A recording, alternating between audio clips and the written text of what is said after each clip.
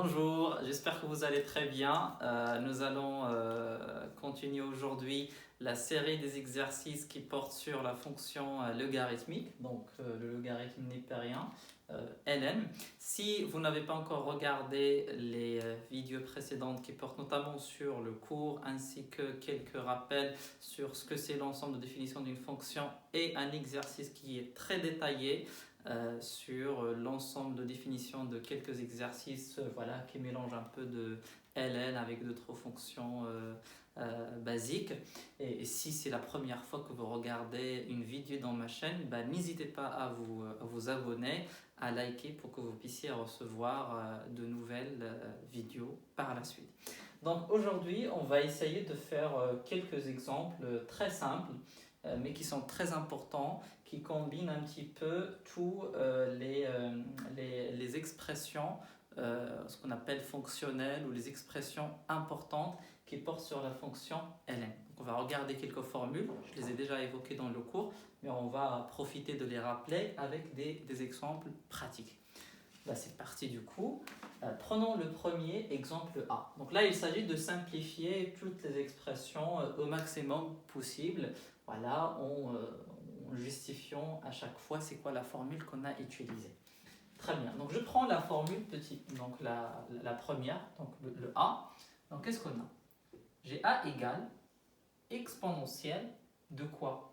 De 4 plus, voilà, le logarithme népérien, donc ln de 16, divisé par exponentielle de 4 plus ln de 8. Donc là, il s'agit de simplifier. Donc il faut que je sache un petit peu quelles sont les formules que je vais exploiter pour simplifier cette expression au maximum possible. Donc là, qu'est-ce que j'ai d'abord? J'ai exponentielle de la somme de deux choses divisé par l'exponentielle de la somme de deux termes. Pareil. Donc là, ce qu'il faut savoir, la première formule, c'est que il faut savoir que l'exponentielle de a plus b, c'est égal à l'exponentielle de a fois l'exponentielle de b. Ça, c'est la première formule qu'il faut avoir en tête. On va l'utiliser, d'accord? Donc ça, c'est égal. Égal à quoi?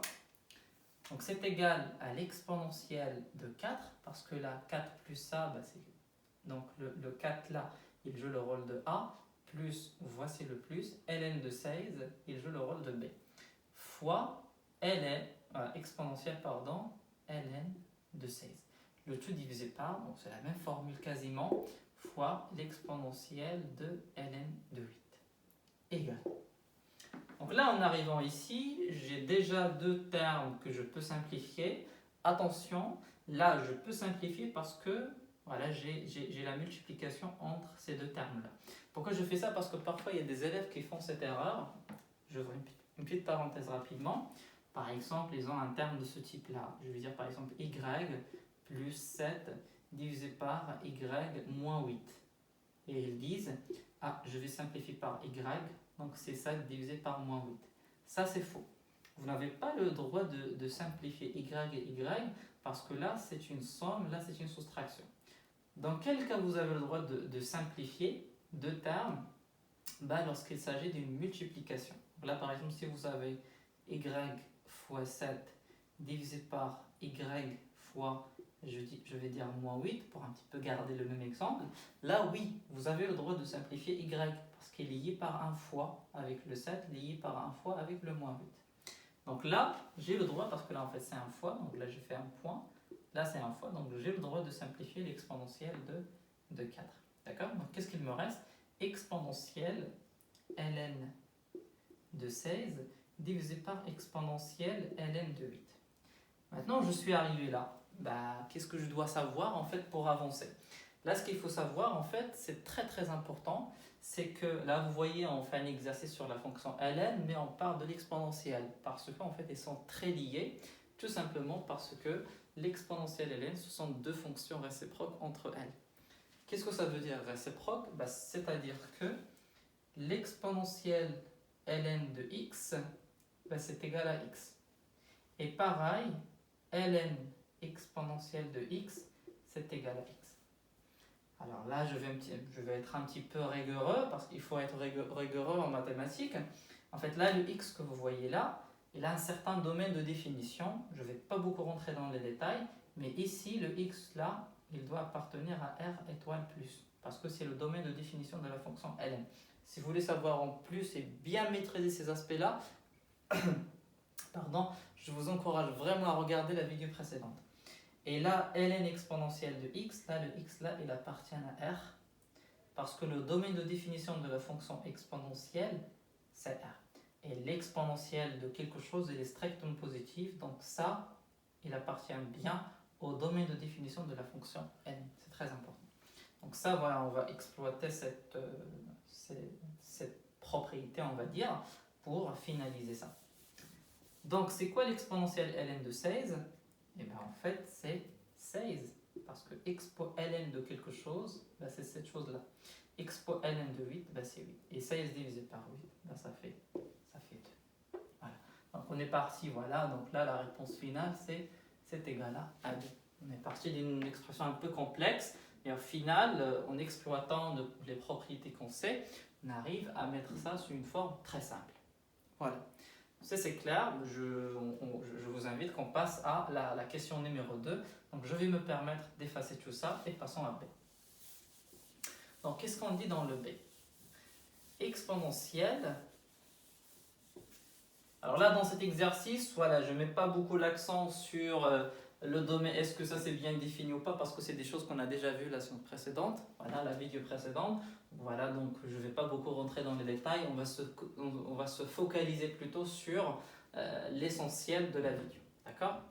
Donc, qu'est-ce qu'on dit là? B égale à l'exponentielle ln de x carré moins 1, non pardon, donc plus 3 ln de x égale. Donc là, qu'est-ce que je vais utiliser comme propriété pour un petit peu simplifier tout ça? Bon, pareil, qu'est-ce qu'on a dit? Exponentielle de quelque chose, voilà, donc là, si vous avez exponentielle de a fois exponentielle de b, c'est l'exponentielle de a plus b.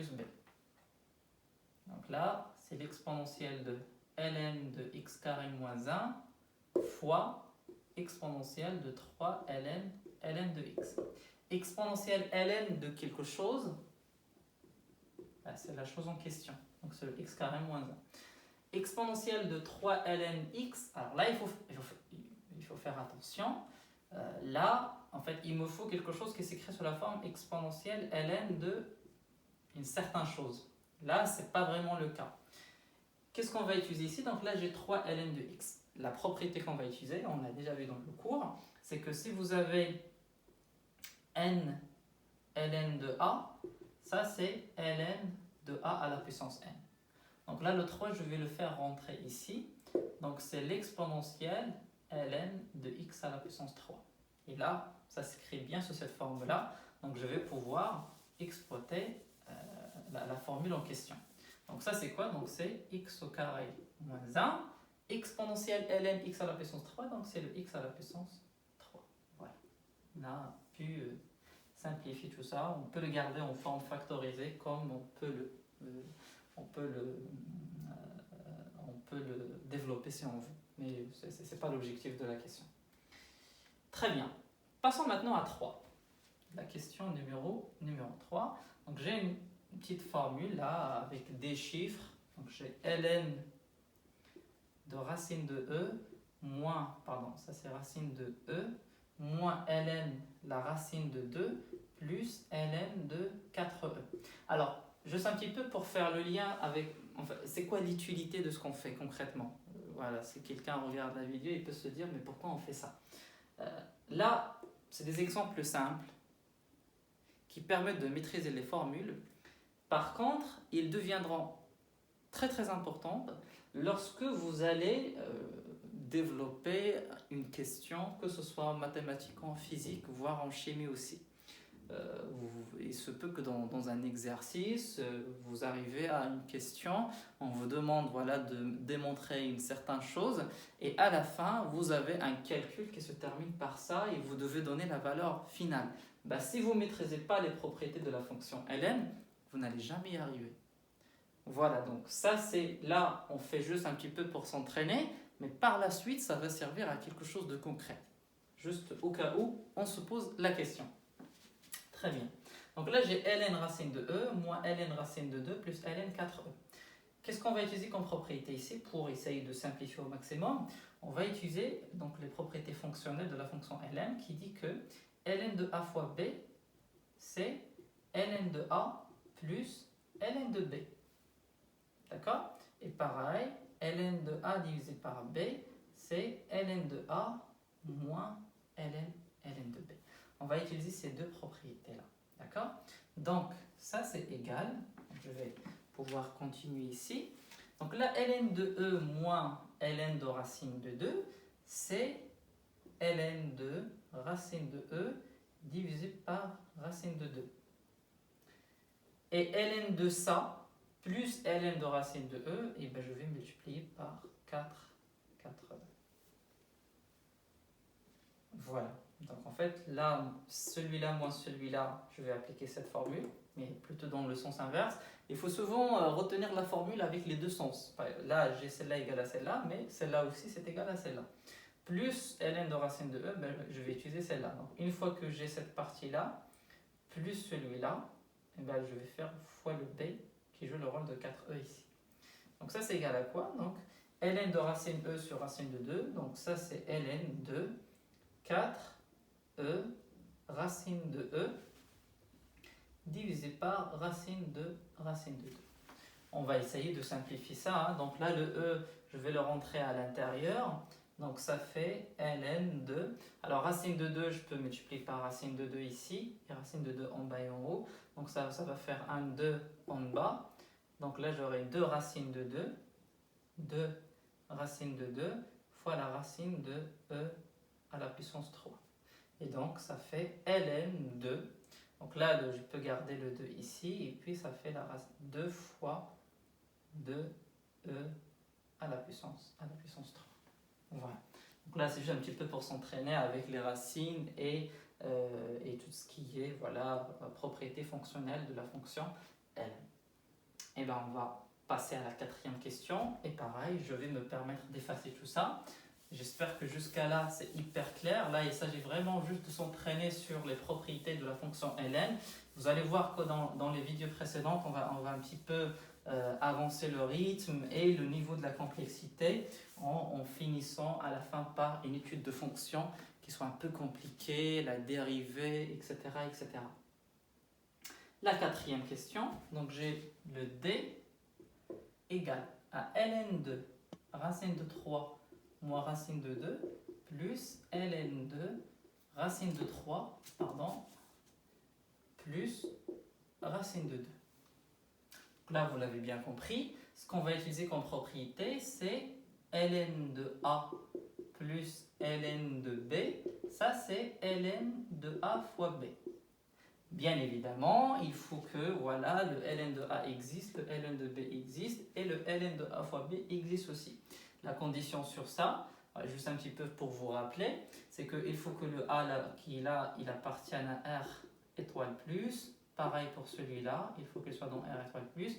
Et pareil, fois le a fois b, il faut qu'il soit dans R étoile plus. Là, le racine de 3 moins racine de 2, bien évidemment, c'est quelque chose de positif, strictement positif. Et pareil pour celui-là, c'est strictement positif. Donc là, il n'y a aucun problème, donc je peux appliquer ma formule. Donc ça, c'est quoi? C'est ln de, entre parenthèses, donc racine de 3 moins racine de 2, facteur de racine de 3 plus racine de 2, et je vais faire la grande parenthèse. Alors là, c'est quoi ça? En fait, du coup, j'espère que vous arrivez à bien voir ce que c'est ça concrètement. C'est ce qu'on appelle une identité remarquable. Et je rappelle cette identité remarquable qui dit que si vous avez a moins b, facteur de a plus b, donc là, remarquez bien, le racine de 3, il joue le rôle de a. Le racine de 2, il joue le rôle de b. Le racine de 3, il joue le rôle de a. Le racine de 2, il joue le rôle de b. Ça, c'est quoi? C'est a au carré moins b au carré. C'est bon? Je vais appliquer ça du coup. Ça fait donc ln de, donc c'est la racine de 3 au carré moins la racine de 2 au carré. Et c'est quoi racine de 3 au carré? Donc là, si vous rappelez bien, racine de 3 au carré, ça fait 3. parce que le carré avec la racine carrée, ils se simplifient entre eux. Et pareil pour celui-là. Donc ça fait ln de 3 moins 2 qui est égal à ln de 1. Et le ln de 1, ça fait 0.